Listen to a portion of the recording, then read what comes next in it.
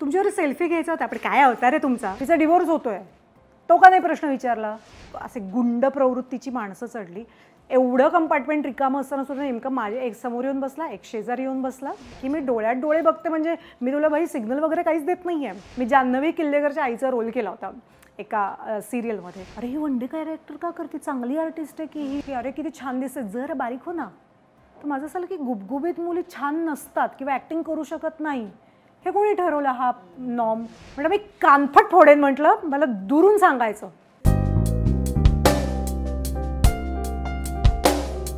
फार सुंदर दिसतेस तू. ऍक्च्युली ना मी अनेकांना बोलताना ऐकलंय की तुम्ही पॉझिटिव्ह असाल, तुम्ही पॉझिटिव्हच दिसता आणि तुमचा अप्रोचही तसाच असतो.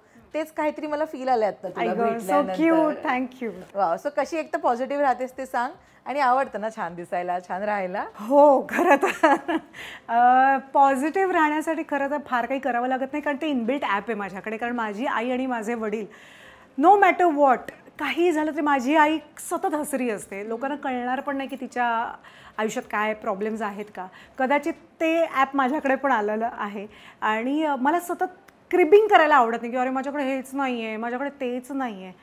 मग ज्यांच्याकडे नाही आहे त्यांच्यापेक्षा माझ्याकडे थोडं जास्त आहे, तर त्याच्यासाठी मी ग्रेटफुल राहण्याचा प्रयत्न करते की अरे आपण रस्त्यावरती जाताना जेव्हा छोटी मुलं बघतो ना, तर ह्यांच्या बालपणापेक्षा माझं कमाल गेलं आहे, त्यांच्या आईवडिलांपेक्षा मी उत्तम राहते आहे.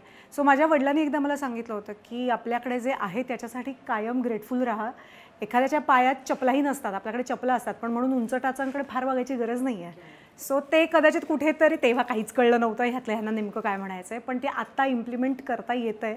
सो पॉझिटिव्हिटी, कॅरेक्टर्स निगेटिव्ह करते पण मी स्वतः पॉझिटिव्ह आहे. मी ना असं अनेकांना बोलताना की मी बघितलंय जे खूप निगेटिव्ह रोल करतात ना, त्यांचा रिअल लाईफमध्ये स्वभाव, त्यांचा अप्रोच हा खूप वेगळा असतो. म्हणजे ते जितके ग्लॅमरस किंवा ते जितके दृष्ट त्या ह्याच्यावर दिसतात स्क्रीनवर, रिअल लाईफमध्ये तितकेच काम आणि कंपोज असतात. हे कसं काय, म्हणजे याचं ताळमेळच नाही आहे ना कुठे? नाही खरं तर, पण हे असं करताना खूप मजा येते. कारण रिअल लाईफमध्ये आपण असं हिचं कसं चांगलं होईल वगैरे असं काही करत नसतो, त्यामुळे ते तिकडे जास्त मजा येते. आणि निगेटिव्ह कॅरेक्टर करताना आपल्या टेलिव्हिजनवरती ते एक्स्ट्रीमच दाखवतात की काहीतरी मिरच्याच टाकणे किंवा काहीही दाखवतात.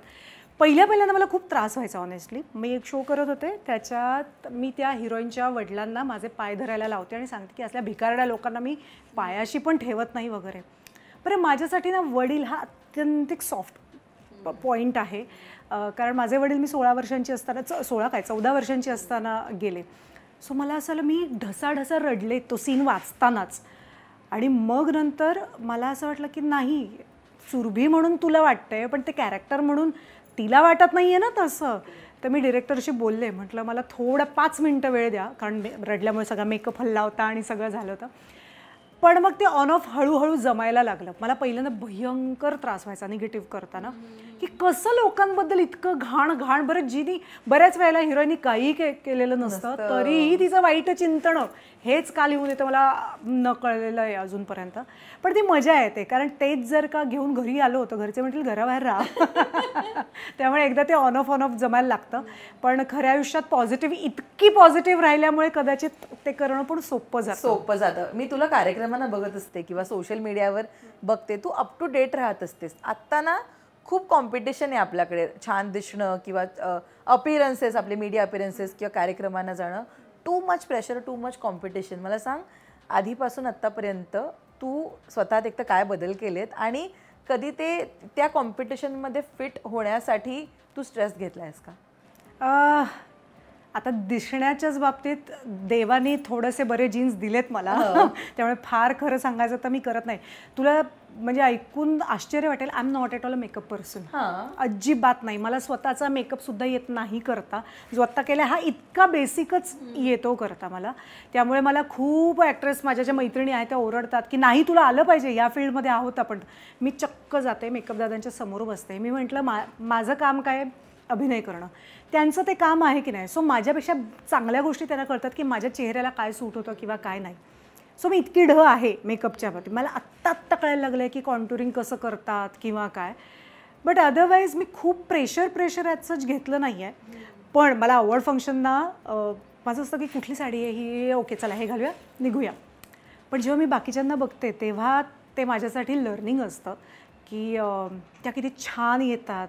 म्हणजे जो आपण एरवी आता असे बसले होतो ती येताना थोडीशी मान अशी उंच करायची आणि मग सगळ्यांशी बोलायचं. हे मी सगळ्यांना ऑब्झर्व करत असते. यातलं मी काहीही करायला जात नाही, कारण ना मला समहाव म्हणजे हे थोडंसं आयरनी आहे ही, ॲक्टिंग फील्डमध्ये असून सुद्धा मला प्रिटेंड नाही करता येत गोष्टी, की मला खोटं वागता म्हणजे त्या खोटं वागतात असं माझं अजिबात म्हणणं नाही आहे, पण ते समहाव मला नाही जमत. सो मला काय वाटतं की मला आत्ता काय हे दिसतंय. आता तू यायच्या अगोदर मी 4 कपडे काढले होते की हा घालू का, हा घालू, हा घालू, आणि शेवटी मी आले साडीवरती की नाही मी साडी नेसते आणि जाते.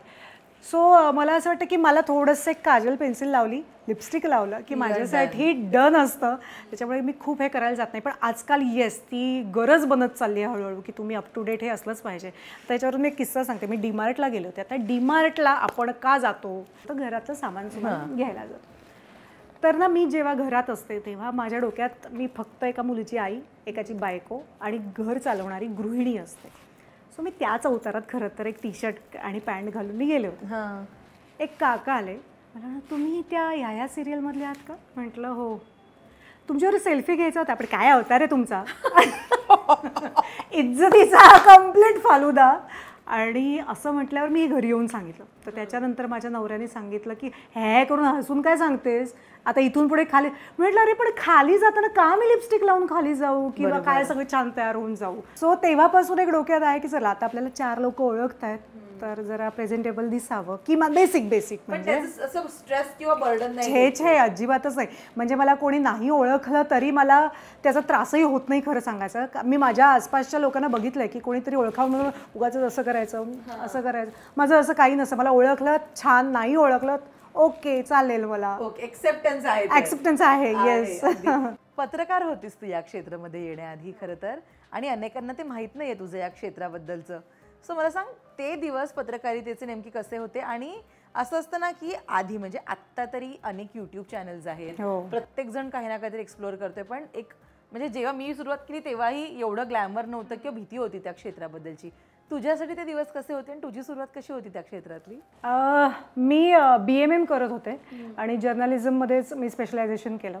सो स्टार माझा जे आताचं ABP माझं आहे त्यावेळेला त्या चॅनलमध्ये आधी इंटर्नशिप करत होते, मग थोडे दिवस जॉब केला, पण एंटरटेनमेंट बीटलाच केला. त्यामुळे आत्ताच्या फील्डमध्ये जे सगळे आपले सिनियर कलाकार आहेत त्यांच्याशी मी आता जसा तू माझा इंटरव्ह्यू घेतेस तसा मी त्यांचा इंटरव्ह्यू घ्यायचा आहे.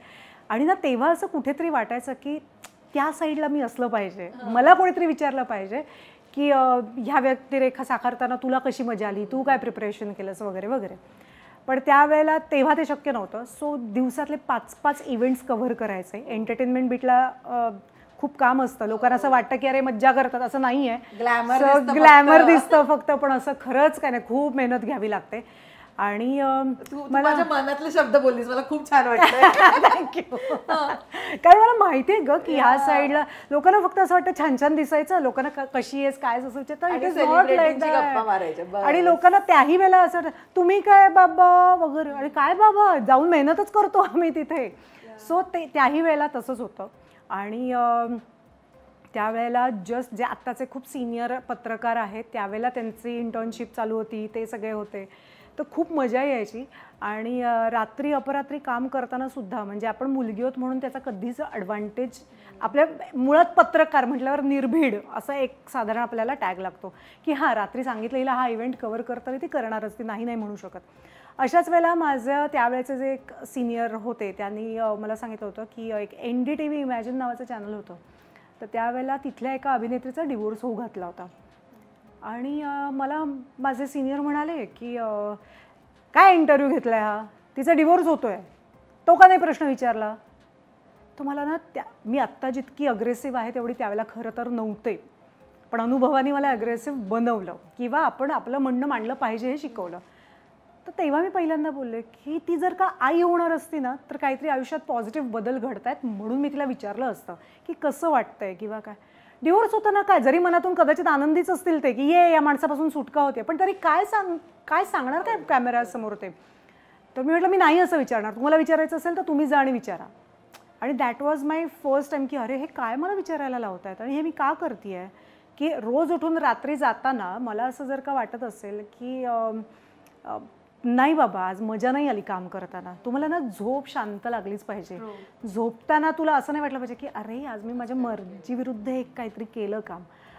तर माझा तेव्हा तो that was a trigger point की मला हे कंटिन्यू नाही करायचं आहे क्षेत्र. आणि असेच अनेक इन्सिडेन्सेस घडले. त्यावेळेला मला मजा एका गोष्टीची वाटते, मी मिलिटरी स्कूलची पासआउट स्टुडंट आहे, त्यामुळे मी कराटे आणि हे सगळं माहिती आहे मला. आणि एकदा असंच रात्री एक साधारण 12-12:15ची वेळ होती, लोअर परेलला ऑफिस होतं त्यावेळेला. तिकडून जाताना माझ्या 11 नंतर लेडीज डब्यामध्ये कोणी एंटर करू शकतं असं रूल होता त्यावेळेला. तर 2-3 फुल असे गुंड प्रवृत्तीची माणसं चढली. एवढं कंपार्टमेंट रिकामं असताना सुद्धा नेमकं माझे एक समोर येऊन बसला, एक शेजारी येऊन बसला. आणि तेव्हा मला असं वाटलं की बापरे आता काय होणार. आणि मी अक्षरशः देवाचा धावा करत होते. आणि मी उठले, मी दुसरीकडे जाऊन बसले, तर तेही उठले माझ्याजवळ येऊन बसले. आणि मग माझं असं झालं की मी त्याला सांगितलं, मग उसण आणून त्यावेळेला म्हटलं मी त्यांना की मी ट्रेनची चेन खेचेन, नाही तर आत्ताच्या आत्ता उतरा इथून. तर तेवढा काय केली आहे असं वगैरे करून, तेव्हा टिपिकल त्याच याची होती माणसं. मग दादर स्टेशन आलं तेव्हा 4 बायका चढल्या. आणि मला जे रडायला यायला लागलं की बापरे समजा आत्ता काहीही घडलं असतं. तर मी हेल्पलेस होते, ती 4 माणसं होती आणि मी एकटी होते. पण तेव्हापासून ही सगळ्यांना मी टिप पण सांगते, सगळ्या मुलींना मी एक छोटं कटर ठेवायचे आणि लाल तिखटाची पुडी ठेवायचे पर्समध्ये, की अगदीच काही नाही आपल्याला करता आलं किंवा मग मी जेव्हा एकटी असायचे तेव्हा मी हळू कटर घेऊनच असं अशी करून पर्स घेऊन असे बसायचे की समजा कोणी आलं तर काढायचं आणि डायरेक्ट सुरूच व्हायचं. तो त्याचं इंटेन्शन काय वाटेल ते असो, आपल्याला काय करायचं आहे अशा याने ते हे झालं. पण तिथून हळूहळू ना बिनधास्त होण्याची सुरुवात झाली. सो मी स्टार माझ्यातल्या माझ्या दिवसांना थँक्यूच म्हणेन. काही खूप घाणेरडी माणसं भेटली ज्यांना बाईकडे बघण्याची वेगळीच दृष्टी, म्हणजे फक्त तीच दृष्टी असते अशीही माणसं भेटली. पण त्यांनासुद्धा एक करारा जबाब देणाऱ्या 1-2 घटना घडल्या. आणि माझ्यातली स्ट्रेंथ मला हळूहळू तिथे असल्यापासून कळायला लागली. आणि मग आता म्हणजे तुम्ही माझ्याशी छान आहात तर मी उत्तम आहे तुमच्याशी, पण तुम्ही वाईट आहात तर मी घाण आहे तुमच्याशी. ऍक्च्युली आपल्याला ना आपली स्ट्रेंथच कळायला अनेकदा वेळ लागतो किंवा ना आपण एखाद्या गोष्टीत इतकं कम्फर्टेबल होतो की मी हेही करू शकते याचा अंदाज येत नाही. राईट, तुझ्या बाबतीमध्ये असं घडलं होतं की स्ट्रेंथच कळायला उशीर झाला. करेक्ट. मला उशीर झाला म्हणण्यापेक्षा ना एकतर मिलिटरी स्कूलचे संस्कार असे होते की आपलं चूक नसेल ना तर डोळ्यात डोळे घालून समोरच्याशी बोलायचं. आपल्या फील्डमध्ये आईला आपल्याकडे बघते ही पोरगी म्हणजे सिग्नल देते असं जे एक असतं ना.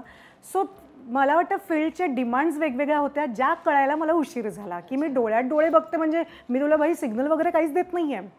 किंवा काही लोक म्हणजे की आता देवाच्या कृपेनी किंवा आईवडिलांच्या जीन्समुळे माझे डोळे आहेत छान, तर लोकांचं फालतूगिरीच इतकी सुरुवात व्हायची जर आपण डोळ्यात डोळे घालून बघायला लागलो तर. तर तिथे कळलं की डोळ्यात डोळे प्रत्येक वेळेला घालायची गरज नसते किंवा मग त्याच्यातलं एक्सप्रेशन चेंज करता आले पाहिजेत आपल्याला. तर ते कुठेतरी ते कळायला उशीर झाला. आणि दुसरी गोष्ट जेव्हा म्हणजे माझे वडील गेल्यानंतर सुद्धा देवाच्या कृपेने मला खूप चांगली माणसं आसपास भेटली. पण सगळ्या अडीतले आंबे गोड नसतात किंवा सगळ्या अडीतले आंबे छानच नसतात, एक नासका निघतो. तशा पद्धतीने मला असं वाटलं की त्यावेळेला मी स्ट्रॉंग बनणं खूप गरजेचं होतं. आणि ती मेंटली इमोशनली मी बनत गेले, वोकल नव्हते होत. जे त्या दिवसांमध्ये मला कसं वोकल व्हायला पाहिजे आपण हे कळायला लागलं. सो ती गोष्ट कळायला. अदरवाईज अग्रेसिव्ह मी पहिल्यापासूनच होते किंवा स्ट्रेट फॉरवर्ड मी अजूनही आहे. म्हणजे माझा नवरा मला खूप मजेरी म्हणतो, मला तू बाहेर असताना मला तुझं नसतं, बाहेरच्यांचं टेन्शन असतं की ताडफाड काहीतरी बोलशील आणि येशील म्हणून. तर ते आहे थोडंसं. दोन्ही क्षेत्र म्हणजे पत्रकारिता असू देत किंवा अभिनय असू देत, या दोन्ही क्षेत्राला आपापलं एक असं ग्लॅमर आहे. इथे कामाच्या वेळा फिक्स नाही किंवा इथे अनेकांना असं वाटतं की खूप पैसे मिळतात, पण असंही नाही, असं अजिबात नाही. तर मी पहिल्यांदा सांगितलं. सो अशा वेळी आपल्या घरच्यांना या दोन्ही क्षेत्रासाठी कन्व्हिन्स करणं कसं होतं? माझ्या माहेरी काहीच म्हणजे माझे आजोबा पत्रकार होते आधी. तर म्हणजे मी त्यांना बघितलं नाही आहे, पण असं लोक म्हणायचे की ते जशी तू आहेस तसे ते होते, निर्भीड, अतिशय निर्भीड. सो मी जर्नलिझम करणार हे घरच्यांना माहितीच होतं, म्हणजे आईला माहितीच होतं. त्याच्यानंतर लग्न ज्या वेळेला ठरलं, माझं एक तर अरेंज मॅरेज आहे. सो तेव्हाच मी माझ्या कामांचं स्वरूप हे माझ्या नवऱ्याला, माझ्या म्हणजे सासू सासऱ्यांना बसून सांगितलं होतं. आणि त्यावेळेला माझी एक अट होती की मी त्यावेळेला नुकती सुरुवात केली होती, मी 1-2 वर्षच झाली होती ॲक्टिंग फील्डमध्ये सुरू करून. तर मी त्यांना सांगितलं मी मरेपर्यंत हेच करणार. आज तुमची सून पहाटे 4ला जाईल, उद्या ती दुपारला 4ला येईल किंवा 4 महिने काही करणारच नाही काम, किंवा ह्या सगळ्याच गोष्टी की प्रत्येक फंक्शनला मला नाही जमणार यायला, कारण मला शूटला एक साधारण 90 लोक त्या युनिटवरती अवलंबून असतात. सो मी एकटी सुट्टी, तुम्ही कॅज्युअल लिव्ह, सिक लिव्ह ह्या प्रकार इथे नाही. घरात डेथ झाली काय किंवा घरी कोणी जन्माला जरी आलं तर मी प्रत्येक वेळेला तिथे हजर असेन असं नाही. सो हे सगळं चालणार असेल तर मी पुढचा विचार करेन, आणि माझं कन्यादानही माझी आईच करेल, अशा माझ्या 2 अटी होत्या. तर नशिबाने आत्ताची जी माझी फॅमिली आहे, दामले फॅमिली, मला माझ्या सासऱ्यांनी सांगितलं होतं की इतक्या सुंदर विचारांची मुलगी जर घरात येणार असेल तर यू आर मोस्ट वेलकम, सगळ्या अटी मान्य आहेत. आणि माझे सासरे तर म्हणजे माझा PR आहेत ते, माझं काही नवीन येणार असेल ते सगळ्या ग्रुपवरती शेअर करतात वगैरे. आणि ह्या सगळ्यात महत्त्वाचं म्हणजे माझा नवरा, ज्यांनी काही काही वेळेला ना मुलींना नुसतं लग्नाच्या आधी प्रॉमिसेस मिळतात की हां हां करू करू, पण लग्न झाल्यानंतर नाही बाहेर जायचं, असं जे होतं ते माझ्या बाबतीत लकीली घडलं नाही. आणि माझा नवरा सिद्धार्थ दामले तोही तितकाच सपोर्टिव्ह आहे. इवन बाळ झाल्यानंतर 3 महिन्यात मी लगेच कामाला लागले, याचंही कारण माझा नवऱ्याचं सपोर्ट, घरच्यांचं सपोर्ट. कारण मला नव्हतं घरी बसायचं खूप महिने, खूप वर्ष किंवा काय आहे ते. कारण पुरुषांना पण वडील झाल्यावर कुठे बसतात ते घरी, ते जातात ना कामाला. जस्ट बिकॉज निसर्गाने मला म्हणजे माझ्याच दुधावरती माझं बाळ अवलंबून असणार आहे, पण त्याला वे आउट म्हणजे दुसरे मार्ग आहेत की त्याच्यासाठी फक्त आणि फक्त घरच्यांचा जर सपोर्ट मिळाला व्यवस्थित तर बाई कुठे जाऊ शकते. हे माझ्या घरच्यांनी म्हणजे त्यांचा पाठिंबा देऊन दर्शवून प्रत्येक वेळेला दाखवलं. आणि म्हणून मी म्हणजे सगळं घरही व्यवस्थित, काम व्यवस्थित आणि असं सगळं जरा बॅलन्स करण्याचा प्रयत्न करते. आणि जो माझा एकटीचा एफर्ट नाही, तो सगळ्यांचा कलेक्टिव्ह टीमवर्क आहे, म्हणतात. टीमवर्क. ऍक्च्युली म्हणजे पत्रकारितेमध्ये काम करत असताना ना इंडस्ट्री खूप नीट आणि जवळनं कळते. करेक्ट. अशा वेळी आपण एक काम सोडून एका आणखीन ग्लॅमर असलेल्या क्षेत्रात उडी मारतो जिथे रोजचा स्ट्रगल आहे. मला सांग, काय तुला क्लिक झालेलं आणि हा डिसिजन घेतलास या क्षेत्रात? बिकॉज एक सेट केलंय, पगार येतोय दर महिन्याला काहीतरी आपला, आणि आता आपण ऑल टुगेदर एका दुसऱ्या क्षेत्रामध्ये जातोय. सो अशा वेळी काय माइंडसेट होता आणि काय विचार करून या क्षेत्रात आलीस तू? मला ना जेव्हा या क्षेत्रात आले तेव्हा मी माझ्या आईला बसून सांगितलं की आत्ता माझ्याकडे 6 महिने पुरतील आमटी भाताला पैसे, एवढे माझ्याकडे आत्ता आहेत. लेट मी ट्राय, समजा नाही झालं तर ॲटलिस्ट शांत झोपू शकते मी, की मी ट्राय केलं पण इट डिडंट वर्क आउट वेल, पण आता मी परत जॉब करू शकते कारण एक एक्सपिरियन्स आहे. तर मला मुळातच ॲक्टिंगची भयंकर आवड होती. मी लहानपणी गॅदरिंगमध्ये म्हणा किंवा इवन मिलिटरी स्कूलमध्ये असताना मी आमच्यासाठी सॅटर्डे नाईट म्हणजे काय, तर मी मुलींच्या नकला करायचे, टीचर्सच्या नकला करायचे. तर मला तेव्हा पण टीचर म्हणायचं तू का आलीस मिलिटरी स्कूलमध्ये, जा ना बाहेर जा आणि काहीतरी ॲक्टिंगची वर्कशॉप कर किंवा काय. पण तेव्हा पहिल्यांदा कुठेतरी कळलं की ओके, इतर लोकांपेक्षा आपण थोडं बरं काहीतरी करतो आहे. त्याच्यानंतर मी एक स्मिता तळवलकरांचं एक शिबिर केलं होतं, ॲक्टिंगचं वर्कशॉप केलं होतं. तिथे आत्ताचे दिग्पाल लांजेकर जे आपले दिग्दर्शक आहेत ते माझे इन्स्ट्रक्टर होते. तर त्यांनी मला सांगितलं की तू चांगलं करतेस तर तू ह्या क्षेत्राचा विचार करू शकतेस. त्यावेळेला मी होते 11वी 12वीत, आणि तेव्हा असं झालं माझं की नाही, माझ्याकडे एक डिग्री पाहिजे. त्याच वेळेला मला एका उत्तम चॅनल, जे त्यावेळेला नंबर 1 चॅनल होतं, तिथे मला लीड ॲक्ट्रेस म्हणून विचारणा झाली होती. पण तेव्हा अगेन असं वाटलं की नाही, माझ्याकडे ना एक डिग्री पाहिजे, की समजा आज एक प्रोजेक्ट नंतर मी गायब झाले, मला नाही विचारलं कोणीसुद्धा, तर किमान त्या डिग्रीच्या जोरावरती मी काम करू शकले पाहिजे दुसरं, आणि माझ्या घरच्यांचं पोट भरू शकले पाहिजे. पण एक ऑडिशन दिली, त्याच्यानंतर नाटक मिळालं, त्याच्यानंतर सिरियल मिळाली, असं करत करत करत बाय गॉड्स ग्रेस आता मला हेच करायचं आहे आयुष्यभर, हे कन्फर्म झालेलं आहे. आणि ती दिवसेंदिवस ती नशा जी आहे की आपण जे नाही होत ते काहीतरी साकारायला मिळणं, मला ह्याची जास्त किक होती. मला मी कशी दिसते किंवा अनेक आर्टिस्टचं मी आता बघते, मला हीच साडी कशाला दिली, मला मी नाही घालणार हे, किंवा मला नाही आवडला हा लूक, असं तसं. माझं असं काही नसतं, मला काही द्या, मला कॅरेक्टर कमाले ना. आणि त्याच्याचमुळे मी जान्हवी किल्लेकरच्या आईचा रोल केला होता एका सिरियलमध्ये. याचं कारण त्यावेळेला माझं बाळ जस्ट झालं होतं, त्यामुळे मस्त गुबगुबीत झाले होते मी. आणि माझं असं झालं की माझी ही गरज आहे, मेंटल गरज आहे, मी आता कॅमेरासमोर जाऊन काम करणं, तरच मी शांत राहीन. की जस्ट बिकॉज एक ॲडिशन झाली आहे माझ्या घरामध्ये किंवा माझ्या फॅमिलीमध्ये, तर मी माझं पॅशन नाही चेंज करणार.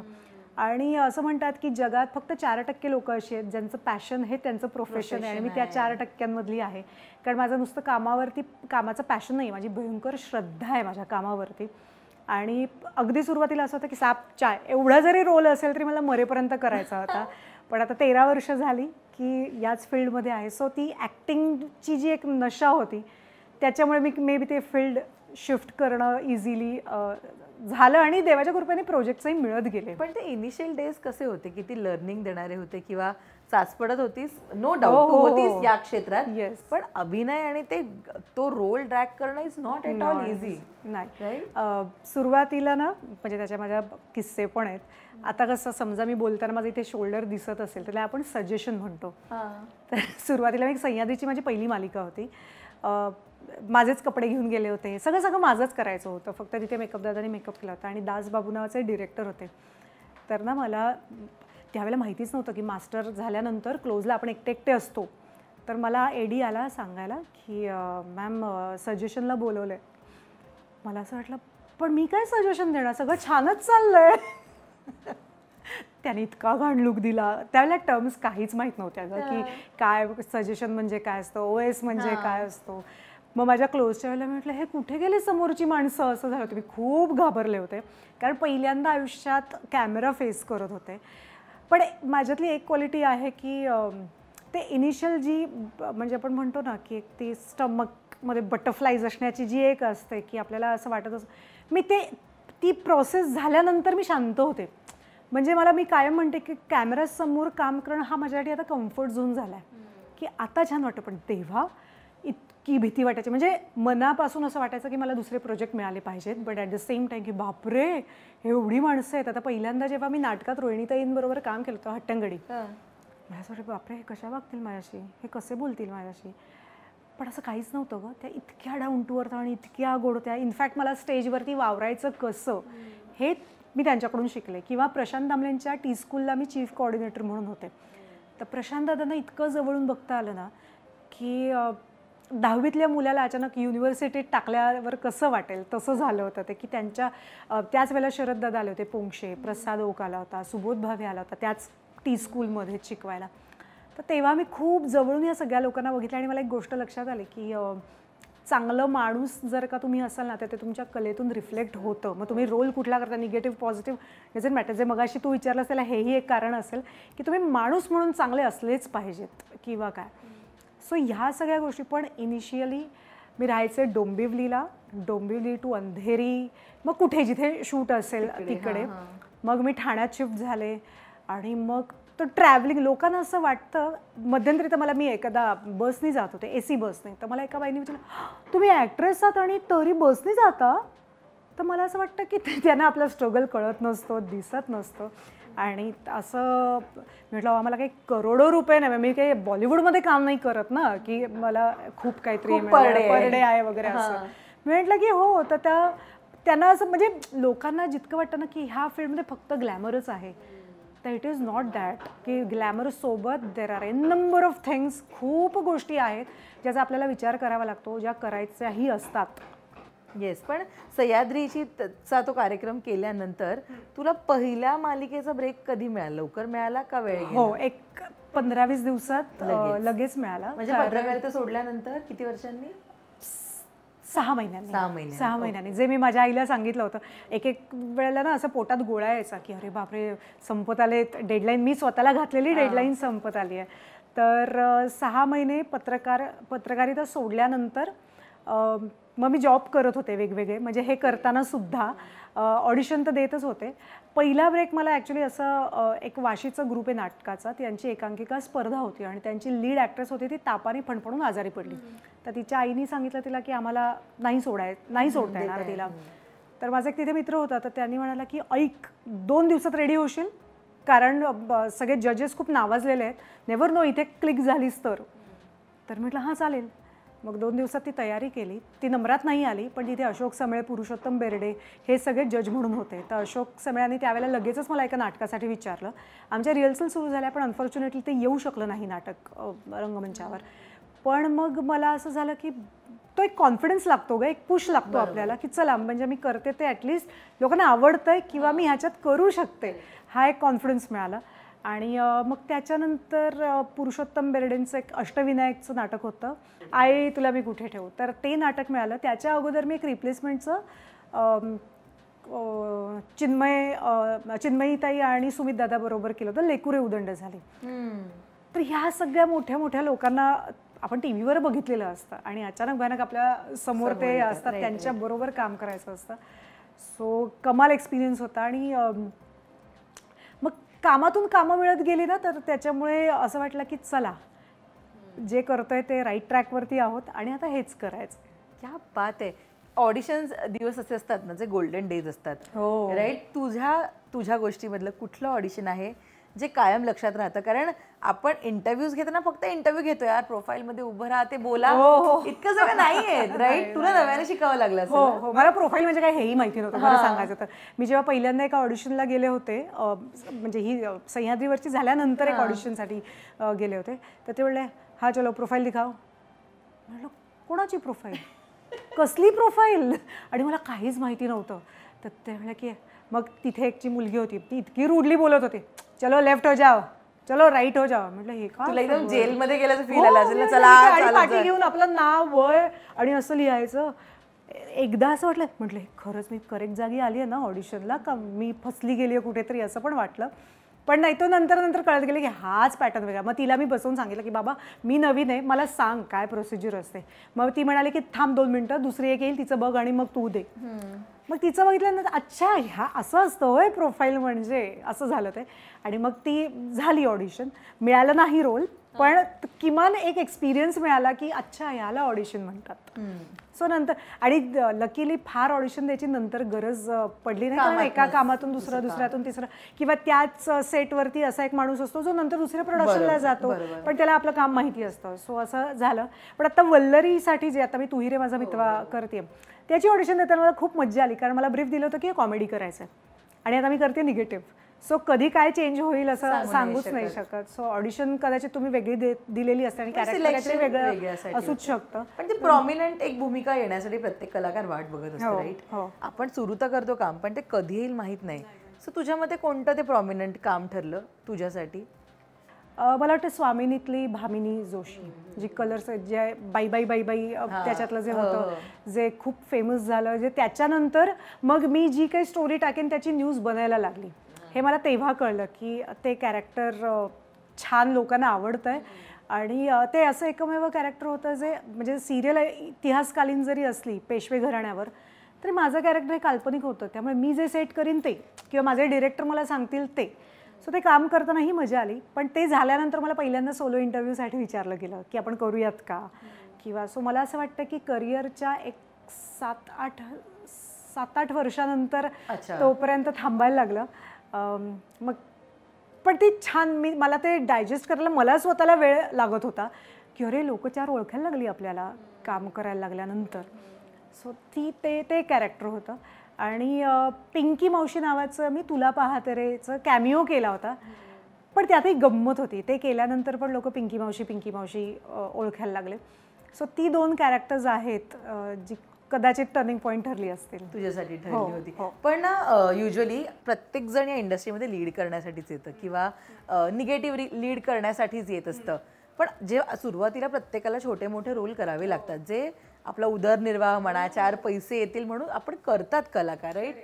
अशा भूमिका करताना ताई मला तुझ्या बाबतीत ऐकायला आवडेल, विचार असतो का किंवा होता का तुला की आपण जर छोट्या छोट्याच भूमिका केल्या तर मे बी आपल्याला त्या लेवलला कोण बघणार नाही, त्याच प्रकारचं आपल्या पदरात पडेल, हा कधी विचार केला होता? सुरुवातीला हो, कारण माझी सुरुवातच वन डे कॅरेक्टर, म्हणजे मुख्य प्रवाहात येताना मी वन डे कॅरेक्टर करायचे की डॉक्टरची भूमिका, की असावा सुंदर स्वप्नांचा बंगला ETVला होती. ती माझी पहिली GEC मधली माझी मालिका. आणि त्याच्यात वाक्य काय होतं तर काळजी करू नका, सगळं व्यवस्थित होईल, देवावरती विश्वास ठेवा. तर ते करताना त्या मालिकेतल्या सगळ्या लोकांनी इतकं छान म्हणजे रिसीव्ह केलं ते कॅरेक्टर. कारण आता आम्ही बघतो ना की असे वन डे आर्टिस्टना फार नाही, म्हणजे तेव्हा मलाही फार काही मान मिळाला होता, अशातला भाग नाही आहे.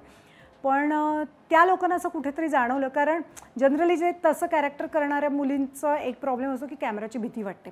मला भीती तर होतीच, पण कॉन्फिडन्स, ओव्हर कॉन्फिडन्स नव्हता. कॉन्फिडन्स होता की अच्छा माझं पाठांतर बरं आहे, एक पाठी असल्यामुळे माझं असलं की अच्छा हे बोलायचं. तर मी सगळं वन टेक तो त्यापुरता मास्टर पुरता तरी झाला. आणि मग एक कुजबूज सुरू झाली, अरे ही वन डे कॅरेक्टर का करते, चांगली आर्टिस्ट आहे की ही, असं तसं. आणि मग तिथल्याच एका माणसांनी, जो तिथे क्रिएटिव्ह होता त्यावेळेला, तर त्यांनी मला नेक्स्ट प्रोजेक्टसाठी विचारलं. मग वन डेवरून एक 3-4 दिवसांचा कॅमिओ, मग 5-10 दिवसांचा, असं करत करत एक पहिल्यापासूनच सिरियलमध्ये असणारं मुख्य कॅरेक्टरपैकी एक, असा तो एक हळूहळू प्रवास सुरू झाला. पण तिथे त्या लोकांनी जो कॉन्फिडन्स दिला ना, की अरे ही का वन डे करते, म्हणजे कुजबुजणारे अनेक वेगवेगळ्या लोक म्हणजे ह्यांनी कुजबुजतात, पण मी ते पॉझिटिव्हली घेतलं की अरे म्हणजे ह्याचा अर्थ मी चांगलं काम करू शकते, असं मला त्यांच्याकडून एक मिळाली पोचपावती. आणि इनिशियल डेजमध्ये ना मी म्हणजे पासिंगवाल्यांचं पण कॅरेक्टर केलं. हो हो हो, म्हणजे काय ते पण केलं आहे. कारण त्यावेळेला डोक्यात एकच थॉट होता कि पूर्वीच्या ॲक्ट्रेसेसचे इंटरव्ह्यू बघायचे, मैं तो यूं ही जा रही थी, वो डायरेक्टर ने देख लिया वगैरे. तर माझ्या डोक्यात भयंकर फिल्मी कल्पना होत्या त्या बाबतीत की मी पण अशीच जाईन. मग कोणीतरी मला विचारलेलं माझ्या फिल्ममध्ये काम करशील. तर माझं असं तर कधी घडलं नाही. पासिंग करताना काय माहिती ज्यांच्या बाबतीत घडतं ते आता खरंच घडतं का, त्या काय स्टोरीज असतात माहिती नाही. पण मला सतत असं वाटायचं की ह्या डिरेक्टरनी म्हणजे काम जेव्हा पासिंग करत असताना, पण मी पासिंग करताना मुद्दामून काहीतरी सेंटर ऑफ अट्रॅक्शन करण्यासाठी काही प्रयत्न नाही केले. पण जेव्हा करायचे ना तेव्हा असं वाटायचं की कोणीतरी म्हणेल की बाई पासिंग नको करू ना, ये मुख्य प्रवाह हा रोल तुझ्याचसाठी आहे वगैरे असं म्हणेल. पण ती पण वेळ आली. ऑफकोर्स मी पासिंगवाले 2च प्रोजेक्ट केले आणि ते हिंदी होते, दूरदर्शनसाठीचे होते ते. म्हणजे कारण इकडे सह्याद्रीमध्ये काम केलं असल्यामुळे त्यांनी मग लगेच तिकडच्या एका ह्याच्यासाठी विचारलं होतं. पण नंतर मग त्याही वेळेला एक मेंटल हे होतं की काम मिळेल. आपण 6 महिने मागितलेत ना, कुठलंही काम करण्याची लाज मला कधीच नव्हती, इथूनही नसेल.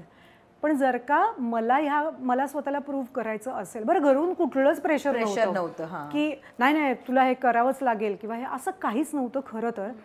पण ते मला स्वतःला दिलेलं मी एक ते चॅलेंज होतं की करूया लवकरात लवकर मिळू दे असं. आणि मग जेव्हा पहिला फोन आला ना की आम्ही ना तुमचं तेवाला कॅरेक्टर बघितलंय, तर तुम्ही ह्या कॅरेक्टरची ऑडिशन द्याल का. ऑडिशन दिलीच, नो डाऊट. असं काही डायरेक्ट हे आत्ता व्हायला लागलं की डायरेक्ट कास्टिंग, पण ऑडिशन देऊनच हे करायला लागलं. पण ती डायरेक्ट यायला लागली की आम्ही तुमचं हे काम बघितलंय, आम्हाला ह्या रोलसाठी तुम्ही ओके वाटताय तर तुम्ही द्याल का. मग झाल्यानंतर असं आलं की ओके अब मैं आ गई, आता हे माझ्या हातात आहे की मी कसं काम करायचं. आणि नुसतं काम करणं नाही तर बाकीच्यांशी आपण कसे वागतो बोलतो हे पण खूप महत्त्वाचं असतं. कारण काही लोकांना ना, एस्पेशली आजकालच्या लोकांना, त्यांना असं वाटतं की ते रील स्टार आहेत तर जेव्हा ते येतील सेटवरती तेव्हा पण ते स्टारच असतील. असं नसतं ना. बरोबर. की तुमच्या आसपासच्या लोकांशी तुम्ही जर तुसडेपणाने वागलात तर लोक बाहेरचा रस्ता दाखवतील तुम्हाला. आणि खूपच शेपटी घातली तरी ते पण चुकीचं आहे. चुकीचं म्हणजे त्याचे पण एक वेगळे अंदाज बांधले जातात. सो वागणं बोलणं पण कसं असलं पाहिजे किंवा ह्या सगळ्या गोष्टींचे हळूहळू त्या अनुभव एक एक मिळत गेले आणि त्याच्यानुसार मग सुरू झाली गाडी. अगदी तू मगाशी म्हणालीस की इथे या घरात जेव्हा असतेस तेव्हा तू एक आई असतेस, बायको असतेस, गृहिणी असतेस. हे आपलं आयुष्य आहे आणि आपण जसं दिसतो प्रेझेंट करतो ही आपली इंडस्ट्री आहे. मला सांग, जेव्हापासून तू सुरुवात केली या क्षेत्रामध्ये तू स्वतःत कधी काही बदल केलेस, तुला करावेसे वाटले बदल? कारण आपला अप्रोच खूप मॅटर करतो किंवा आपण फिट असणं खूप महत्वाचं असतं. सो तुला काही कधी वाटलं आपण आपल्या वागण्या बोलण्यात दिसण्यात बदल करावे? मला सुरुवातीला वाटायचं, कारण जेव्हा खूप लोक म्हणायचे की अरे किती छान दिसते, जरा बारीक हो ना. तर माझं असं की गुबगुबीत मुली छान नसतात किंवा ॲक्टिंग करू शकत नाही, हे कोणी ठरवलं हा नॉर्म. तर तेव्हा मी खूप असं हे म्हणायचं की नाही यार, मग ठीक आहे, मग मी बारीक व्हायचा प्रयत्न करते, पण कदाचित बारीक होणे माझ्या नशिबात असं नसावं.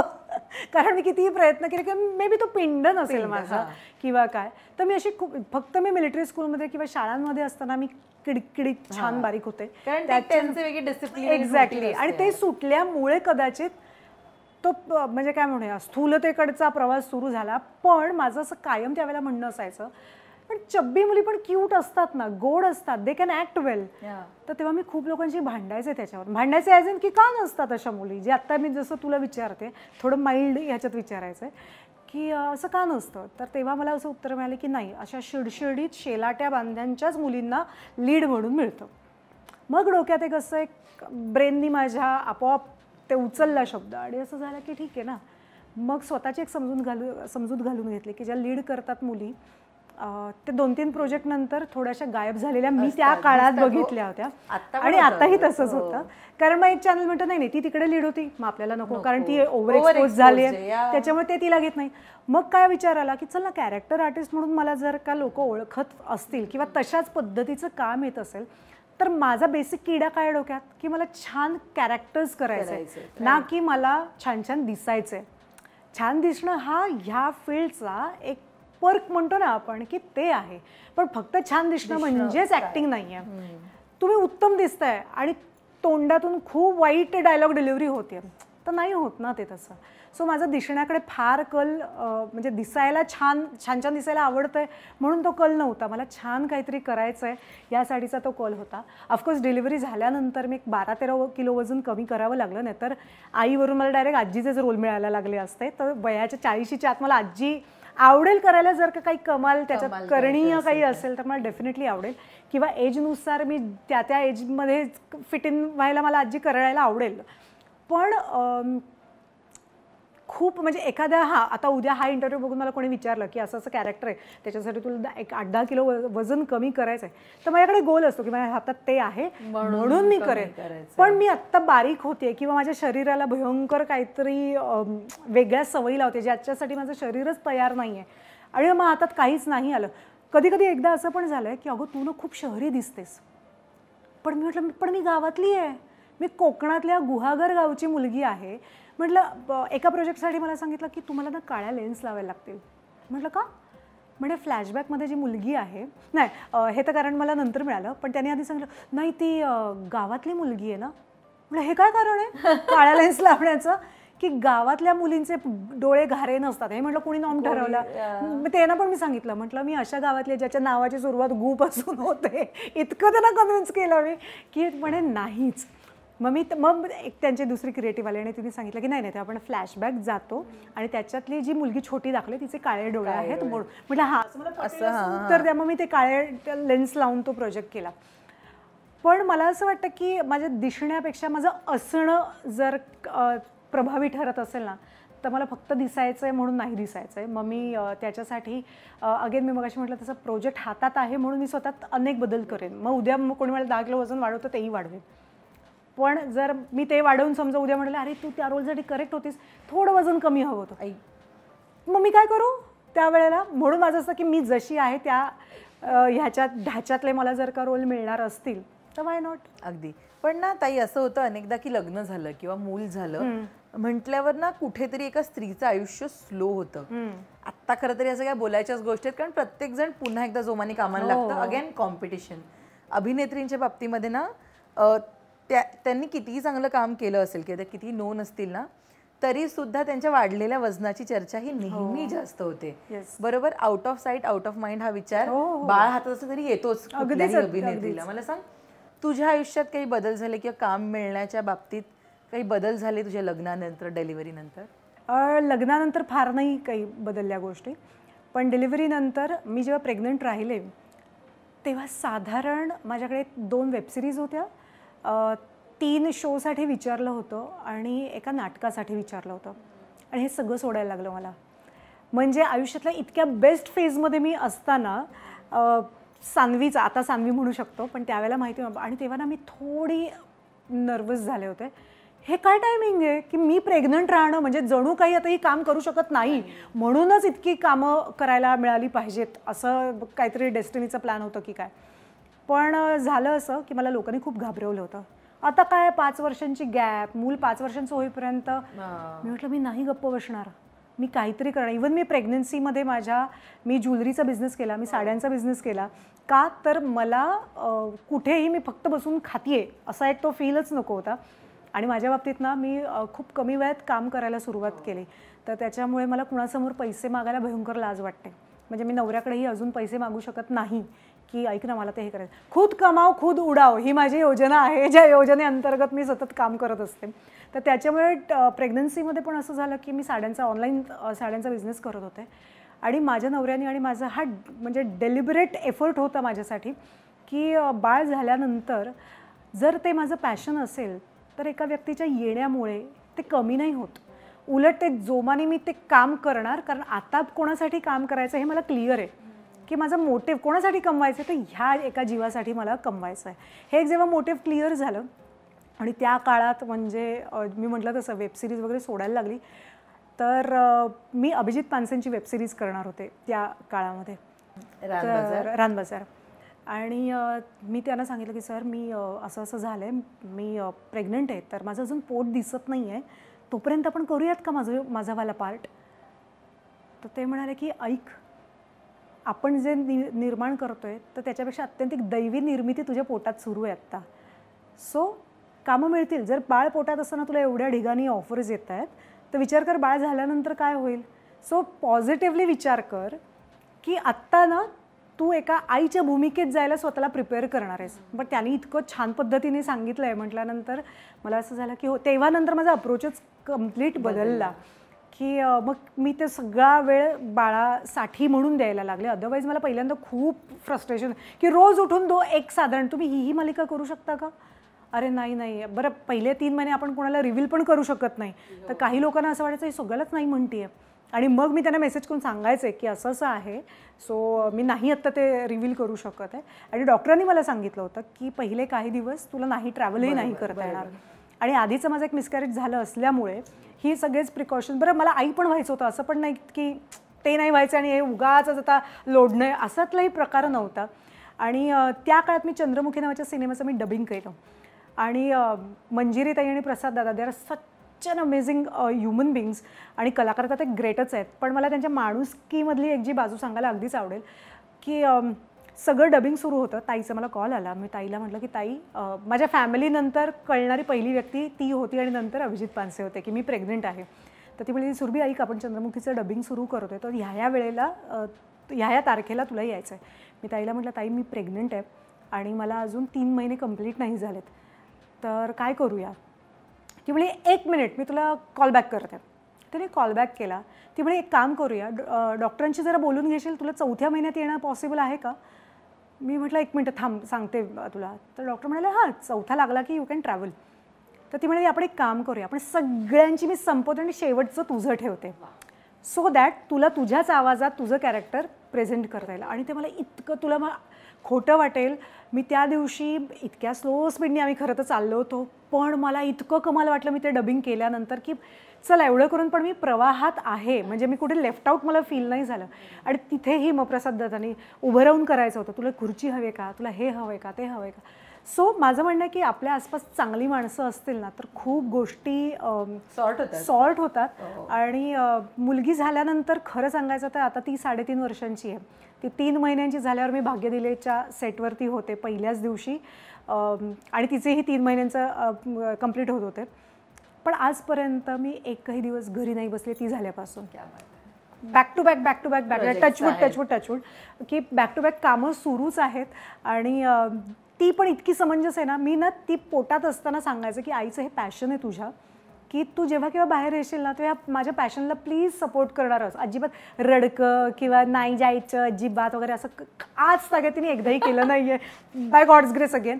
कारण मी त्याही वेळेला इवन ती जन्माला आल्यानंतर मी बाकी काय उलुलू गुलुलू काय असायचं ते असायचं, पण मी तिच्या अशी छातीवरती हात ठेवायचा आणि सांगायचं की तुझ्या आईचं ना हे पॅशन आहे, खूप लोकांना एका संधीसाठी तरसत आहेत आणि मला जर का त्या मिळत आहेत तर मला हे माझं पॅशन फॉलो करायचं आहे.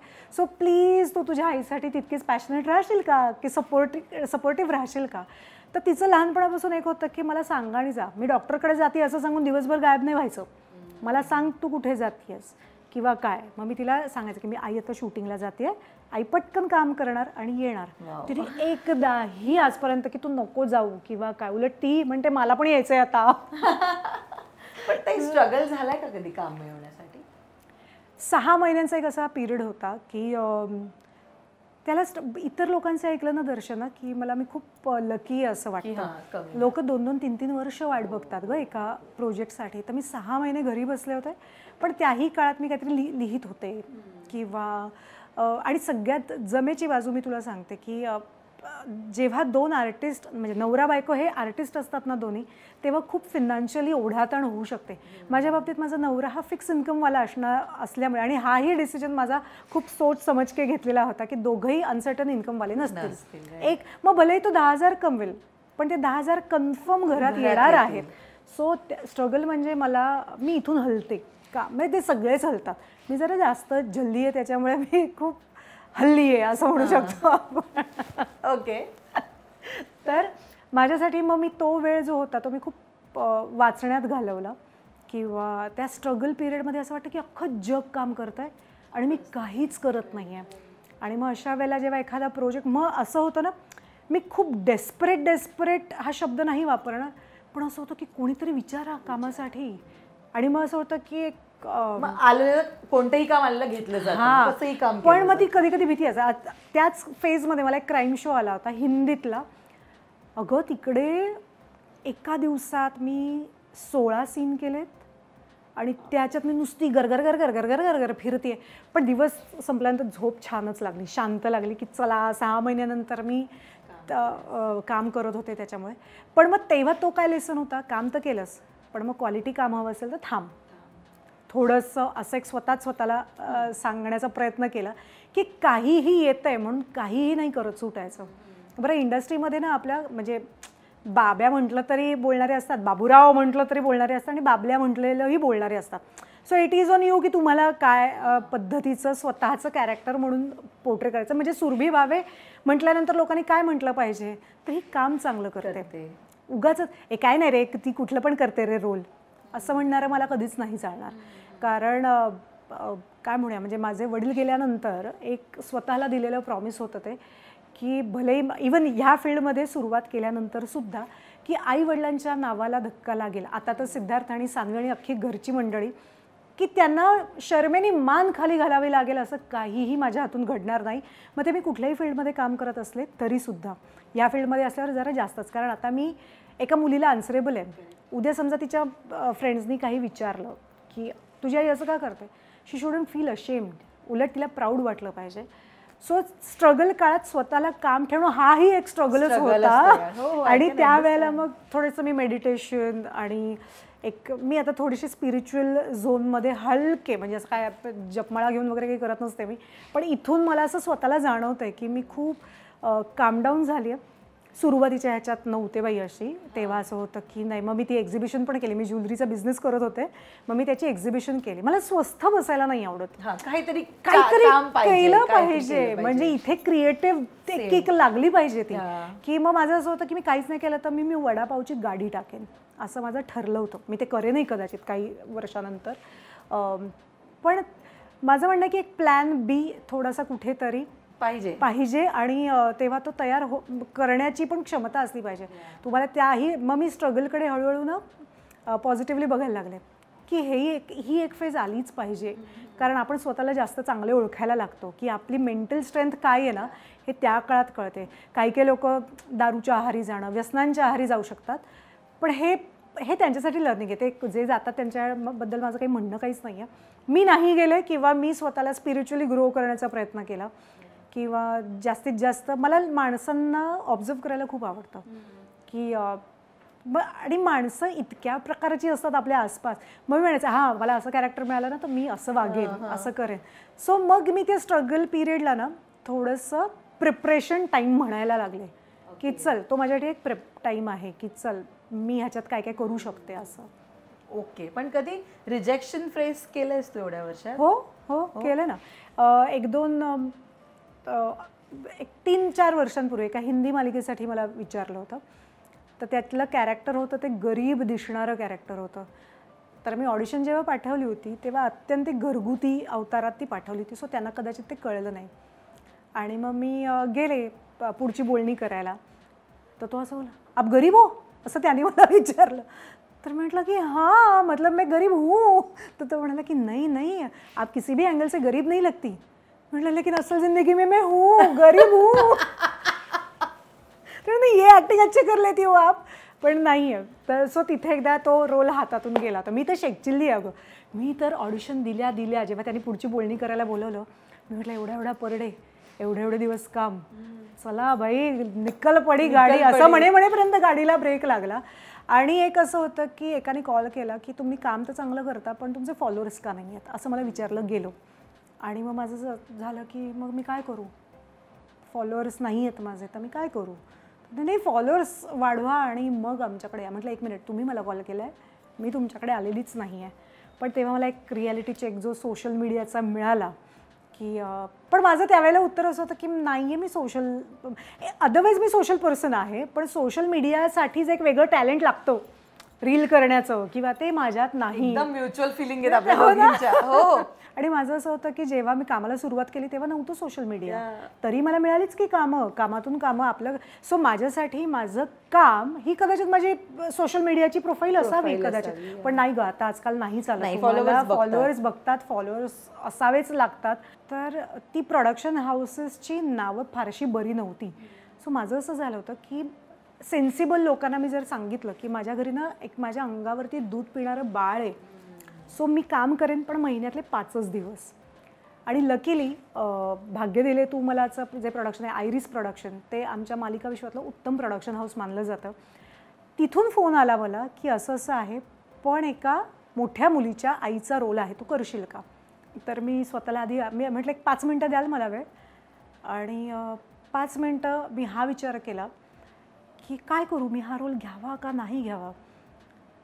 मग स्वतःला आरशात मी दिसलेच विचार करताना. म्हटलं आत्ता जो आपण ज्या शेपमध्ये आहोत त्या शेपमधून मी येईन, परत बॅक टू नॉर्मल येईन. म्हणजे अशी काही शिडशिडीत बनणार नाही, पण जे काय होतं नॉर्मल त्याच्यावरून नॉर्मल बनायला थोडा वेळ लागेल. मग ह्या शरीरासकट जर मला आत्ता एक रोल मिळत असेल, आणि जसं तू राईटली म्हणालीस की out of sight out of mind, मी एवढा मोठा जर ब्रेक घेतला तर मला परत शून्यापासून सुरुवात करावी लागणार. आणि ते केवळ आणि केवळ उत्तम प्रोडक्शन हाऊस होतं म्हणून मी तो डिसिजन घेतला. आणि तिथे मला इतकी उत्तम ट्रीटमेंट मिळाले दर्शना, की नाही हिचं बाळ लहान आहे. तिथला डिरेक्टरपासून प्रोड्युसर तर कमालच आहेत, पण प्रोड्युसर कमाल हे कधी म्हटलं जातं जेव्हा आसपासची लोकं पण तितकीच सेन्सिबल असतात. नाईट शूट होतं, तर आधी मला 2 दिवस विचारलं गेलं की रात्रीचं शूट आहे आपलं, तर चालेल का, कारण सगळं तुलाच तिथे जाऊन तो राडा करायचा आहे, कारण तुझं बाळ लहान आहे म्हणून हे विचारतोय. तर मी म्हटलं हो चालेल, एक दिवस मी मॅनेज करू शकते बाळाचं हे सगळं. तर त्याच्यामुळे ती 5 मिनटं कठीण होती माझ्यासाठी डिसाईड करायला. आणि त्याच्यानंतर मग मी सर्वच मोठ्या मुलांच्या आईचे रोल करायला लागले. पण अगेन माझ्यासाठी रोल कुणाचा काय असण्यापेक्षा रोल काय आहे आणि त्याच्यात मी काय करू शकते आणि माझ्या कॅरेक्टरचं म्हणणं त्या प्रोजेक्टमध्ये काय असेल, दॅट मॅटर्स अ लॉट. नंतर पण काही असे प्रोजेक्ट आले की फक्त एक खांब म्हणून जे उभे राहतात, फर्निचर म्हणून उभे राहायचं, छान असं हे करायचं आणि असं आणि तसं एवढेच लुक द्यायचं, कॅरेक्टर म्हणून त्याच्यात गंमत नाही. तर ते मी ऑफकोर्स केले नाही. त्यांना मी आत्ता तर मी नाही म्हणायला पण शिकते आहे, की पहिल्यांदा मला सेच नव्हता ना ग की नाही म्हणूच शकायचं नाही. आत्ता मला कळतंय की मला हे करायचं आहे किंवा हे करायचं नाही आहे. सो ते करायला लागले. इवन जान्हवी वॉज सरप्राईज, तू माझ्या मम्माचा रोल करणार आहे असं झालं. मी म्हटलं की हो, तर ती आता मला मम्माच म्हणते. अरे हां, तर आता मला खूप मुलं आहेत, मला फक्त सान्वी नाही आहे, ऑनस्क्रीन मला आता खूप मुलं झाली आहेत. तर तो डिसिजन 5 मिनिटांसाठी कठीण होता, पण अगेन छान काहीतरी करायचं होतं म्हणून तो एक गाडी पण परत रुळावर आली. त्याच्यानंतरचं स्ट्रगल कमी झालं ना ग, की आता ही दिसते, ही हे काम करते, मग आहे अजून इंडस्ट्रीमध्ये. अगदी. पण इमोशनल कोशंट हा आपला नेहमी ना खूप त्याच्यावर वर्क करावं लागतं, कारण तुम्ही ॲक्टर तर रोज एक त्या भूमिकेत जाता, वेगवेगळ्या इमोशन्सचा कस लागतो. अशा वेळी ना आपली मेंटल हेल्थ जपणं, त्याच्याकडे लक्ष देणं खूप इम्पॉर्टंट आहे. आता सगळे बोलायला लागलेत मेंटल हेल्थ आणि मग त्या स्टेबिलिटीबद्दल. मला सांग, इतक्या वर्षात म्हणजे पत्रकारितेपासून नंतर अभिनय, आई होणं, या सगळ्याच्या बाबतीमध्ये ड्रेन आउट होतात इमोशन्स. तू किती लक्ष देतेस स्वतःकडे आणि त्या इमोशनल हेल्थकडे? मी आज हे पहिल्यांदा सांगेन की मधली अशी एक फेज आली होती, सान्वी झाल्यानंतरची अशी एक फेज आली होती की मला कशाचंच काहीच वाटेन असं झालं. म्हणजे प्रेम, राग, हे कुठचीच इमोशन्स माझ्यापर्यंत पोहोचत नव्हती. मी खूप डिस्कनेक्टेड फील करत होते. म्हणजे मी माझ्या नवऱ्याला बसून पण सांगितलं की समजा मी कधी कधी लॉस्ट वाटले तुला, तर मी I am not feeling connected with anybody किंवा असं काय, मला फक्त सान्वीसोबत ते जे नॅचरल कनेक्शन आहे मला तेवढंच वाटतं आहे. आणि मग तिथे मी थोडी हल्ले होते, ही आत्ताची गोष्ट आहे. आणि मला असं वाटलं की मी डिप्रेशनमध्ये तर जात नाही, कारण चाललं आहे सगळं व्यवस्थित, पण डिप्रेशनमध्ये जाण्यासाठी असं काही घडलं पण नाही आहे. पण जे आपण साईन सिम्टम्स वाचतो त्याच्यात माझे साईन सिम्टम्स बसत होते. आणि मग मी, माझी एक मैत्रीण आहे, तिच्याशी बोलले की काय म्हणावं याला. ती म्हणाली काहीही नाही, तू बाळ झाल्यानंतर लगेच कामाला सुरुवात केली. सो पोस्टपार्टम नावाचा जो एक प्रकार असतो तर तो असू शकतो. थोडा वेळ दे स्वतःला, तुला जे आवडतं ते कर. काम करतेस का? म्हटलं हो काम करते, आणि लकीली काम करते, कारण तेव्हाच मी फक्त इथून शांत असते. आणि मग हळूहळू थोडेसे मेडिटेशन किंवा डोळे मिटून शांतपणे बसायला लागले, स्वतःला शांत करायला लागले. आणि मग त्याच्या एक तरी ही फेज ना साधारण एक महिनाभर वगैरे राहिली. आणि ह्या फेजमध्ये राहणं अतिशय अवघड आहे. तुला घर दिसतंय, तुला सगळी आजूबाजूची माणसं दिसत आहेत, जगात बाकी सगळे इंस्टाग्राममुळे म्हणा असे सगळे लवीडवी तुला रील्स दिसत असतात आणि ते बघूनसुद्धा आपल्याला काहीच वाटत नाही आहे. हे भीषण जगातलं फिलिंग आहे. आणि मग मला असं वाटलं की बाकी सगळं ठीक आहे, मी सान्वीबरोबर डिस्कनेक्ट झाले तर. आणि त्या थॉटने मी अजून डिस्कनेक्ट व्हायला लागली इतर जगापासून. आणि मला फक्त सान्वी हे दिसत होती. इवन त्या काळात पण आपल्या आजूबाजूच्या चांगल्या लोकांची त्यावेळेला खरी किंमत कळते की मला स्पेस दिली, माझ्या नवऱ्याने पण दिली, सान्वीनी तर दिलीच दिली. मी जेव्हा तिला सांगायचं नको ग आत्ता, कधी तिच्यावर चिडचिड व्हायची की सान्वी नको ना गं जाऊ, मग तो म्हणायचा की ठीक आहे तुला तुझा वेळ हवा आहे ना, मग तो तिला खाली घेऊन जायचा की ह्या वेळात तुला काय करायचं आहे, काय कन्स्ट्रक्टिव्ह करता येईल किंवा काय. सो त्याच्यातून बाहेर पडण्यासाठी तो महिनाभर पण खूप डेंजर होता. पण त्या निमित्ताने मी सगळ्यांना सांगू इच्छिते की असं जर आलं तर बोला, सप्रेस करू नका फिलिंग्स कुठच्याही प्रकारच्या. एक्सप्रेस युअर फिलिंग्स, जे तुमचे लव्ड वन्स आहेत, जवळचे आहेत. कारण ना कधी कधी गैरसमज होऊ शकतो. ही काय आता स्वतःला शहाणी समजायला लागली की काय, असं एक तो झोनमध्ये. पण ते शहाणं समजणं नसतं, आपण वेडं होऊ नये याच्यासाठी आलेला तो ठहराव असतो असं मला वाटतं. तर त्या काळात खूप घरच्यांची पण मदत झाली. त्यांना ऑफकोर्स ह्या इंटरव्ह्यूच्या निमित्ताने कळेल कदाचित त्यांना की माझ्या नवऱ्याला तर माहिती होतं, मी त्याला बसून सांगितलं की मला नाही कनेक्टेड फील होते असं तसं. पण याचा अर्थ मी त्याला हेही सांगितलं, पण याचा अर्थ असा नाही की मला दुसरीकडे कुठेतरी कनेक्टेड फील होत आहे, नाहीतर त्यांनी पण नवरा बायको म्हणून गैरसमज होऊच शकतात. म्हटलं मला जगापासूनच डिस्कनेक्शन फील होतं आहे असं. आणि मग त्यावेळेला मी खूप पुस्तकं, मला काय आवडतं तर पुस्तकं वाचायला खूप आवडतात. मग मी त्या काळात मी कविता काही केल्या होत्या. किंवा लॉकडाऊनचा पिरियड आठवला मग मला. इतर जनता जेव्हा 4 भिंतींमध्ये होती तेव्हा मी गुहागरला माझ्या गावाला होते, मोकळा श्वास घेत होते. आणि तेव्हा नाही मला असं वाटलं की मी तेव्हा तर ती फेज होती अनेकांच्या लाईफमध्ये डिप्रेशनमध्ये जाण्याची. आणि तेव्हा जर मला वाटलं नसेल तर आत्ता सगळ्या गोष्टी व्यवस्थित असताना काय खटकत आहे. तर मला असं वाटलं की कदाचित मी सान्वी झाल्या बॅक टू बॅक जे काम करते आहे ते कुठेतरी इफेक्ट करत आहे. पण ती पण माझी गरजच आहे ना, मी घरी बसले तर मी वेडी होईन परत. सो मग मी म्हटलं की थांब, तुला नक्की काय करायचं आहे, ही फेज आवडते का ती फेज आवडते. तर काम करण्याची फेज मला बेस्ट वाटते की मला कामच करते आहे मी.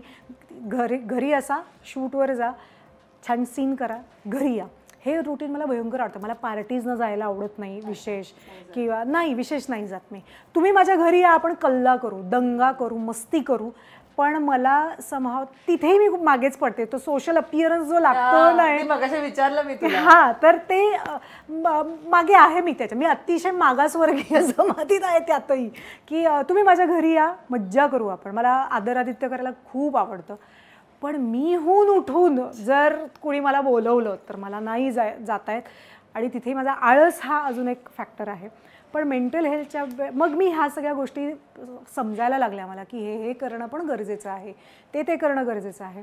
सो मग ते वाचनातून म्हणा, मग ते थँकफुली मी त्या फेजमधून बाहेर आले आणि परत जोशात काम करायला सुरुवात केली. कारण ना तिथेही ॲक्टिंगच करत होते पर डे न मिळता सुद्धा, की हाऊ हॅपी आय ॲम, आणि काहीच घडत नाही आहे, छान आहे सगळं वगैरे. कारण लोकांना कोलीत लागतं गं, अय्या ती हॅपी नाही आहे गं. मला ते कोणालाच द्यायचं नव्हतं, कारण घडलं काहीच नव्हतं कोणाला सांगायला सुद्धा, की मला उगाच रडाबिडायला यायचं. तर लोकांना असं वाटायला नको की बापरे बिचारी किती काय करतंय, घडतं हिच्या घरात. असं काहीच नाही. I am very happy. फक्त माझ्या ब्रेनला थोडा वेळ लागतोय अकस्टम व्हायला किंवा असं. अगदी तू आता लोकांचा उल्लेख केलास की खूप महत्त्वाचं असतं की या फेजमध्ये कोण लोक तुम्हाला भेटतात आणि ती कसं ट्रीट करतात.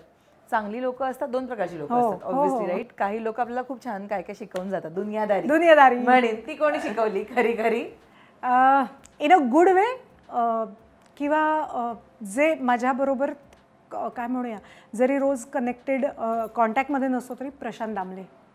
कारण मी त्यांना खूप जवळून बघितलं होतं, त्यांनी मला जवळून बघितलं होतं. सो मला असं जेव्हा केव्हा स्टक फील होतं तेव्हा ही इज द वन ज्यांना मी कॉल करून सांगू शकते की असं घडतं आहे.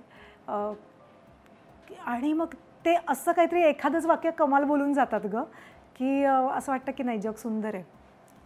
सो ही आणि दुनियादारी वगैरे असं शिकवलेले नावं फार नाही घेऊ शकणार आता.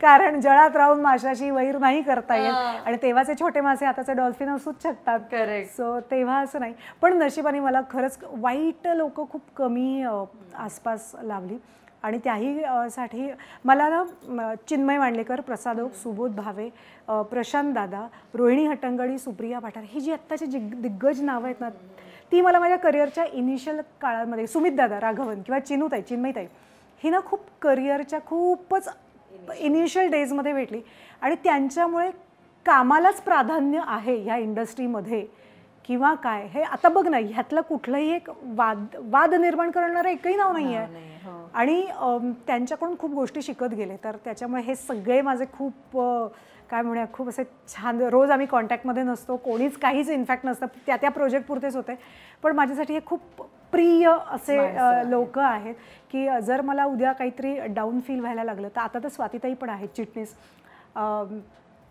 की काय वाटतंय ते बोल. मी सुप्रियाताई पाठारेला, ती माझ्या प्रेग्नन्सीमध्ये थ्रू आउट माझ्या कॉन्टॅक्टमध्ये होती, आम्ही तर अजूनही आहोत. तिने माझ्या किचनमध्ये स्वतःचा नंबर लिहून ठेवला होता की जेव्हा कारण माझा नवरा त्यावेळेला लांब होता, डिलिव्हरीनंतर सुट्टी लागणार होती, सो तो गुडगावला होता, तर तिने नंबर लिहून ठेवला होता आणि माझ्या इथे जी माझी मदतनीस होती त्यावेळेला तिला सांगितलं होतं ताईला काही झालं तरी ह्या नंबरला आधी फोन करायचा, मी पटकन येईन गाडी घेऊन. सो अशीच सांगणारी जी माणसं आहेत ना ती आपल्याला खूप जास्त स्ट्रॉंगही बनवतात आणि हे सगळे माझे विकनेस पण आहेत की उद्या समजा तिने हाक मारली तर मी हातातल्या असलेल्या गोष्टी सोडेन आणि जाईन. दुनियादारी म्हणवणारे आता एक ॲक्टर आहे, मी आता किस्साच सांगते म्हणजे तर त्यांनी जेव्हा शूट चाललं होतं तर खूप वाईट पद्धतीने बघणं सुरू होतं. तर मी म्हटलं काय झालं, तर नाही काय नाही. म्हटलं का बघताय का म्हटलं असे, तर ते म्हणजे नाही नाही असंच मी माझ्या विचारांमध्ये होतो. तिथे तो किस्सा संपला आणि आत्ता मी एक नाटक करत होते तर तो माणूस तिथे आला होता, तोही माणूस तिथे आला होता आणि माझं असं आलं की मी माझ्या डिरेक्टरना सांगितलं, म्हणजे सर हा असेल तर मी नाही, कारण माझं कास्टिंग डन होतं, मी लीड करणारे ठरलेलं होतं आणि मी म्हटलं की सर तो माणूस असेल तर मी नाही करणार काम. तर ते म्हटले हो हो बघूया आपण असं तसं, आणि तो माणूस ऐकत होता हे सगळं आणि तुम्ही सांगितलं ऐकतोय सगळं. प्रचंड घाबरले होते, पण त्याही वेळेला मी उत्तर दिलं बरं झालं, माझ्या मनात तुझ्याबद्दल काय भावना आहे ते कळलं ना तुला, बरं झालं. सगळं म्हटलं हे कुठून आणतेस तू, येडी आहेस काय जरा. मी म्हटलं कारण तो आता माणूस बऱ्यापैकी काही मोठ्या ह्याच्यावर असेल कदाचित, पण ती आली कुठून तरी ताकद. तर दुनियादारी म्हणजे आता अशीच नाटक केलंस ना तू. नाटक केलं कारण वेगळा माझ्या अगेन्स्ट होता माणूस, त्याच्यामुळे ते केलं. आणि दुसरी गोष्ट म्हणजे इनिशियल डेजमध्येच एक एडी होता जो खूप टची होत होता आणि त्याने सांगितलं की मॅम इथे यायचं आहे, कारण सगळ्यांना माहिती असतं ना आपण नवीन. एकदा आपण मला एक अनुभव म्हणजे एकदा आपलं काम बोललं ना की रिस्पेक्ट वाढतो. मग त्याच्यानंतर मला असं कधीच अनुभव नाही आला, पण तो पहिला जो दिवस असतो ना, पहिल्याच दिवशी साप काय मांजर मारतात असं म्हणतात, ते त्या दिवशीच घडलं. तर त्याने खूप सारखा असं की इथे तुमचा मार्क आहे. म्हटलं हात नको लावू, मला सांग कुठे आहे ते. तर तो म्हणाला की असं की बापरे ही अशी कशी बोलली. दुसऱ्या दिवशी परत आला, म्हटलं मी कानफट फोडेन, म्हटलं मला दुरून सांगायचं. पण तेव्हापासून असं आलं की नाही हिला नाही फालतूगिरी चालत.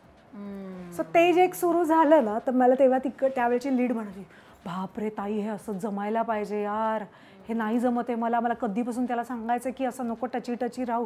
म्हटलं याचा अर्थ त्यांनी घेतलेला अर्थ आहे की तुला आवडतंय. सो दुनियादारी अशा एक्सपिरियन्समधूनच शिकायला मिळाली आणि टचवूड फार वाईट नाही अनुभव आले, उत्तम माणसं भेटत गेली. बिकॉज इतकी डॅशिंग इज बोल्ड म्हणून पण ते आपणच आपल्यासाठी एक शेल्फ बनवायचं असतं. मुलींना माझं कायम सांगणं असतं.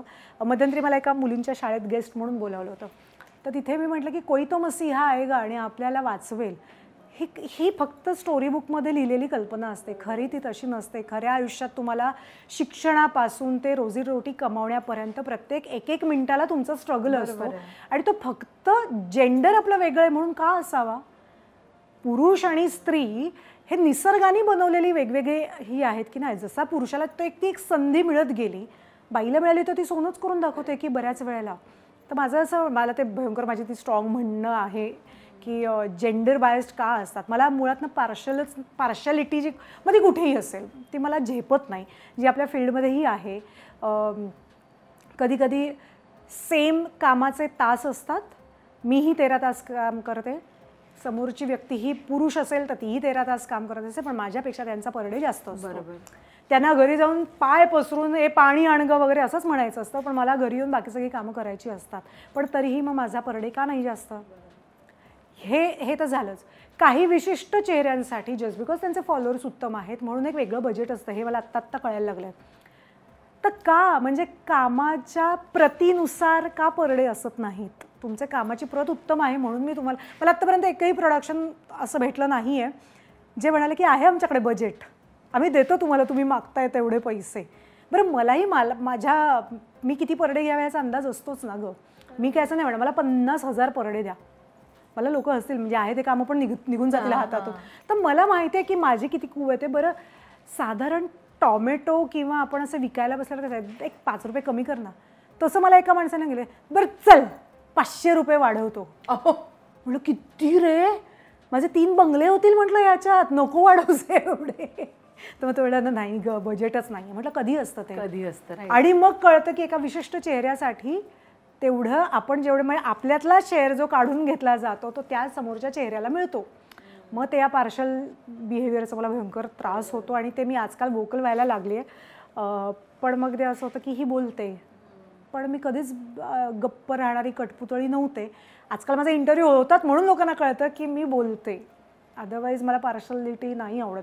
हा या फील्डचा एक थोडा ड्रॉबॅक आहे. आणि मी हे खरंच ऐकलंय अनेकांना याबद्दल बोलताना, आणि ते सुधारणं किंवा त्याच्यावर काहीतरी सोल्युशन निघणं खरंच गरजेचं आहे. होपफुली निघेल आता, पण ते कधी निघेल माहिती नाही. याच्यासाठी मी म्हणेन आता माझ्या करिअरला 25 वर्ष झालेली आहेत आणि याला तरी मी कदाचित हेच रडगाणं गाऊच शकते, काय दुसऱ्या वेळी गाऊ शकते. येस अगदी. पण तू आता करतेस एक भूमिका, पण एक अशी भूमिका असते ताई जी त्या कलाकाराच्या स्वप्नातली भूमिका असते. इथे प्रत्येक जण लीड करायलाच येतो जसं मी मगाशी म्हणाले.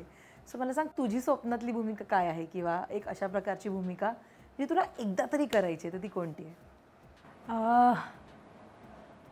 ऑनेस्टली मी ना जे माझं स्वप्न होतं ते रोज जगती आहे. त्याच्यामुळे म्हणजे ह्या इंडस्ट्रीमध्ये काम करणं, पण मला एक अत्यंत बोल्ड आणि डॅशिंग काहीतरी भूमिका करायची आहे. आणि माझं स्वप्न आहे की मला सगळं करायचं आहे. मला वेबसिरीज करायचं आहे, मला नाटक करायचं आहे, फिल्म करायचे आहे, पण एक बोल्ड म्हणजे काय म्हणूया भाषेवाईज बोल्ड आणि कॅरेक्टर. म्हणजे मी उगाच कमी कपडे घालून मी बोल्ड नाही म्हणत त्याला, तशीवाली बोल्ड नाही, कदाचित कॅरेक्टर वाईज बोल्ड. जिथे मी मे बी एक लेडी डॉन पण असू शकते, ॲट द सेम टाईम मी कॉप पण असू शकते, इन्स्पेक्टर असू शकते, किंवा रेड लाईट एरियामधली एखादी व्यक्तिरेखा, पण ती सेंट्रल कॅरेक्टर ती असली पाहिजे. असं काहीतरी मला करायचं आहे की जिथे सगळ्याचा कस लागला पाहिजे. मी नुकतीच एक भूमिका केली होती जे इथे तुला दिसते, अशांती पर्वसाठी मला बेस्ट ॲक्ट्रेसचं मिळालं होतं. तर ती भूमिका करताना माझा भयंकर कस लागत होता, कारण मला नुकतंच बाळ झालं होतं आणि मी ती एकांकिका करताना असं होतं ते की तिच्यावरती महाभारतातलं कॅरेक्टर आहे जिच्यावरती युद्धाच्या वेळेला मोर दॅन 100 लोकांनी बलात्कार केला आणि त्याच्यातून तिला मूल जन्माला तिने घातलं आहे आणि ते ती ॲक्सेप्टच करत नाही की माझं नाहीच आहे. अशा वेळेला तर असं एखादं काही कॅरेक्टर असेल ना की जे स्ट्रॉंग आहे भय, आणि मग ती द्रौपदीशी भांडायला जाते की बाई तुझ्यामुळे झालं हे सगळं, आणि मग द्रौपदी तिचे एक लेअर्स सांगते आणि मग कळते बाई आपण दोघे एका सेम लेवलला आहोत. ही अतिशय गाजलेली एकांकिका आहे.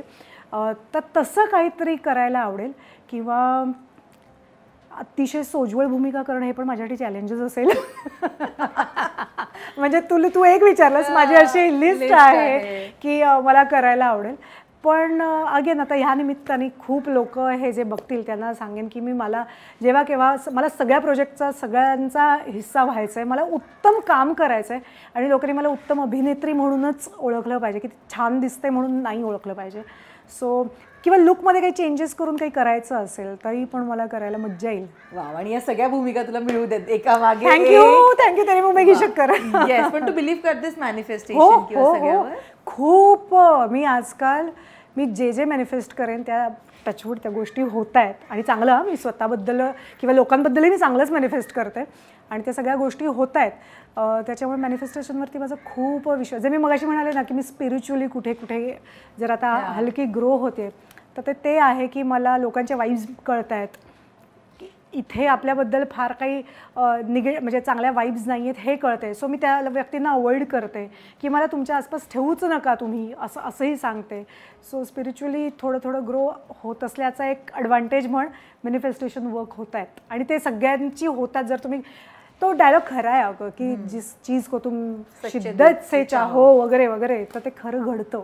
वा, आणि हे तुझ्या ज्या भूमिकांबद्दल तू विचार करतेस ना ते मिळू देत तुला. थँक्यू. सो सुरभिताई, थँक्यू सो मच, तू वेळ दिलास आणि आपण इतक्या छान गप्पा झाल्या. Yes. All the very very very best तुला. Thank you so much.